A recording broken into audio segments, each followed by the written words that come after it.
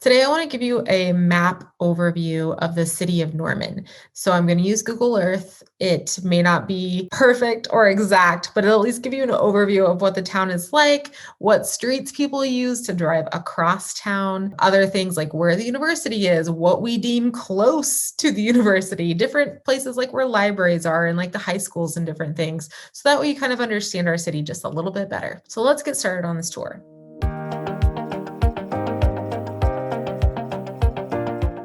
Hey there, I'm Marcie Billen. I'm a real estate agent in Norman, Oklahoma. Okay, like I said, I am going to use Google Earth. So that's what I'm using right here.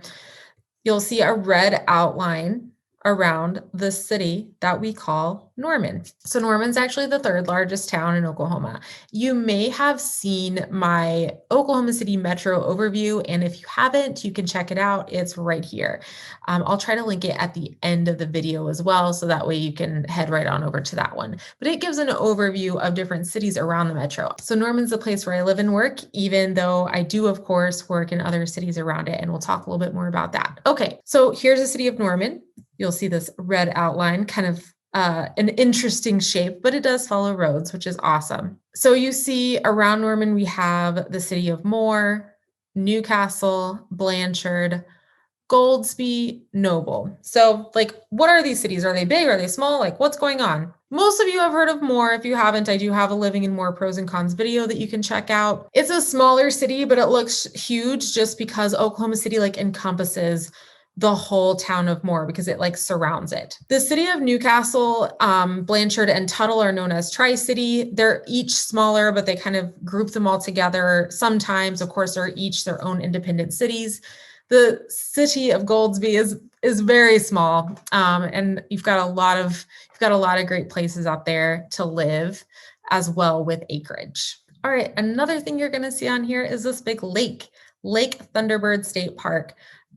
It is pretty. It's a nice lake. It's kind of far out of town. So this edge, you can see along the edge of Norman, like this is kind of where the country starts. So when you start driving east out of Norman, it does really feel like the country, even though it is the city of Norman. Lake Thunderbird State Park does have a nickname, and that is Lake Dirty Bird. It does appear to be quite dirty whenever you do look at it. All right, so I'm going to zoom in a little bit here for you. You see that we have an interstate going through Norman. That's I-35. I-35 intersects the entirety of the U.S. and goes straight through Oklahoma City. So Oklahoma City is definitely a hub for I-35 and then I-40 and I-44, which I-40 and I-44 run east and west. I-35 run north and south. I learned recently that if an interstate starts with an odd number, then it's north and south. If it starts with an even number, then it's east and west. So I thought that was pretty cool. I-35 bisects Norman on the west side of I-35. That's what we call West Norman. And then we have the east side of I-35. Immediately to the east of I-35, you still can easily access West Norman. It's really not that big of a deal. So let me show you some things about Norman itself, roads that we use to get across town specifically. One thing that I will point out, and it drives some of us absolutely crazy. So what you're seeing right here, this is an airport. It's not a big airport. I don't know how big of planes are like actually allowed. They're not loud at all. Like there's no like noise pollution or anything like that. But it does kind of interrupt traffic right here. So this is Rock Creek. And so like clearly we can't drive through the airport.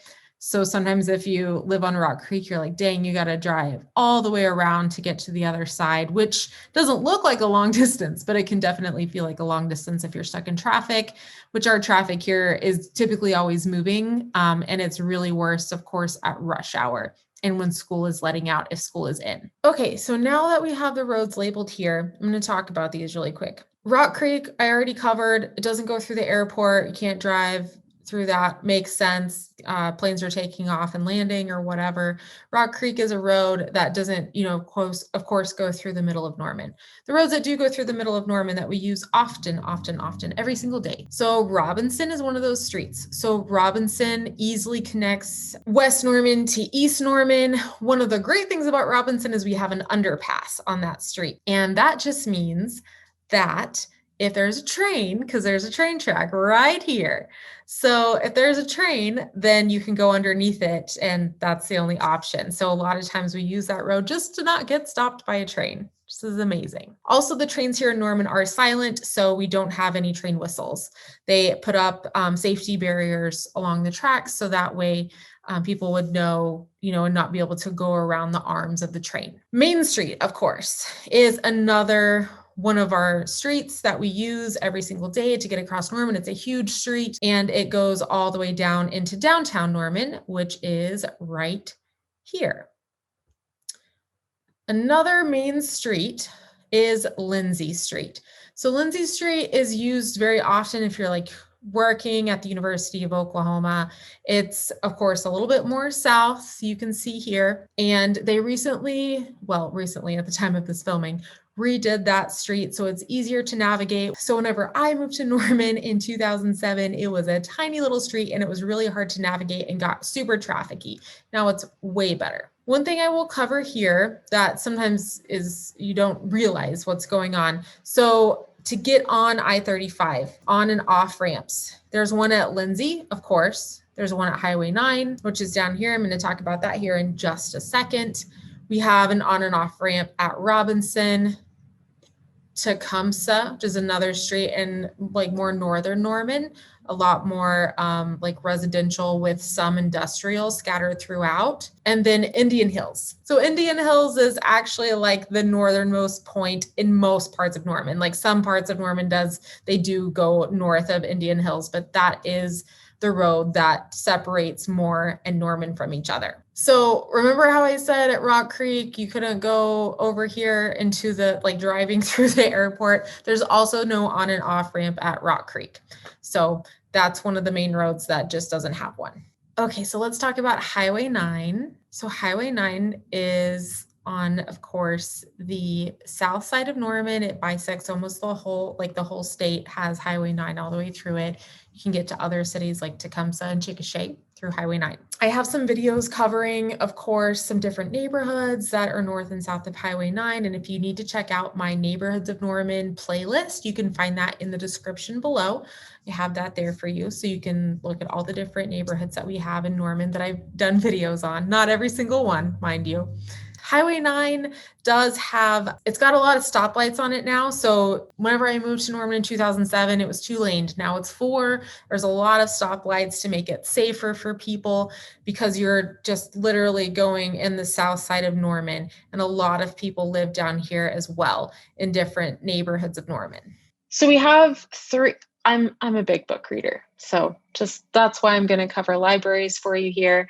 That's a nice city service that we have that's connected all the way throughout the metro. So let me show you our 3 libraries. So this is the West Library in Norman. It's doing this amazing turning situation for you. The West Library is actually pretty small and it has the admin offices. It used to be an old Borders, but it's a great little place and it does have a cafe in it. So let me show you kind of like where that is in Norman if you missed it. Okay, so we're looking at I-35 and you can see the West Library is right over here. We have a lot of shopping in this area, including Cost Plus World Market, Ross, Barnes & Noble, and then some restaurants too. Okay, now I've brought you to the Central Library in Norman, and you can see part of the outside of it here in this picture.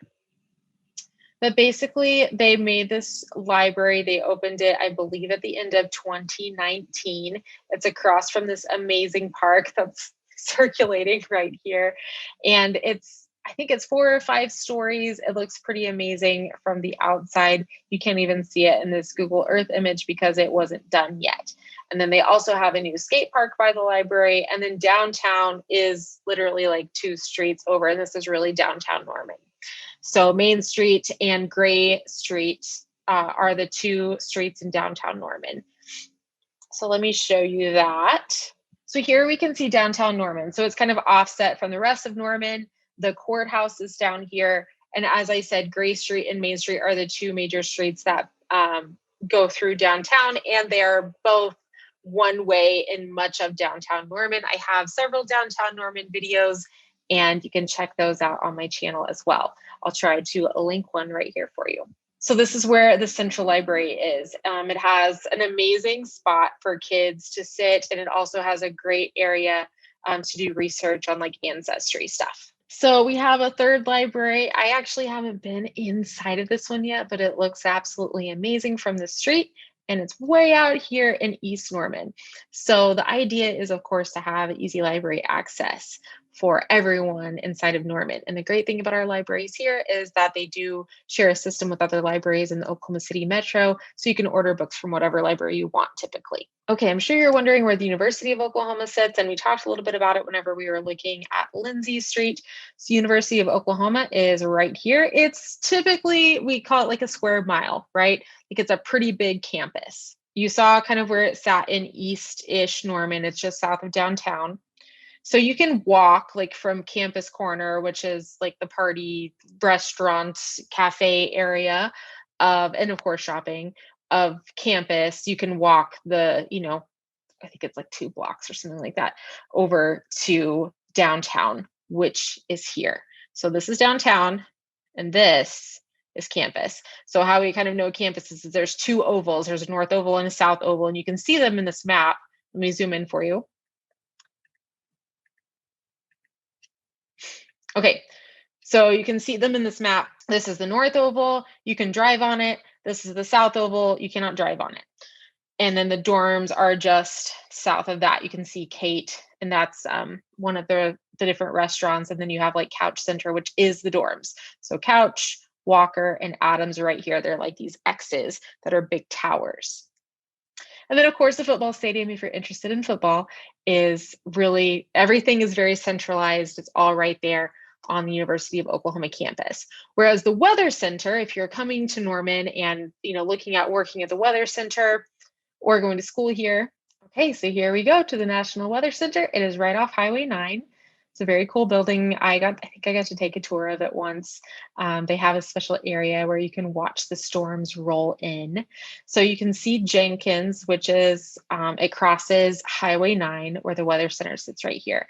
There's some other offices down at this part of campus as well. So I think they call this like South Campus, although it's been a while since I've been in school, so don't quote me on that.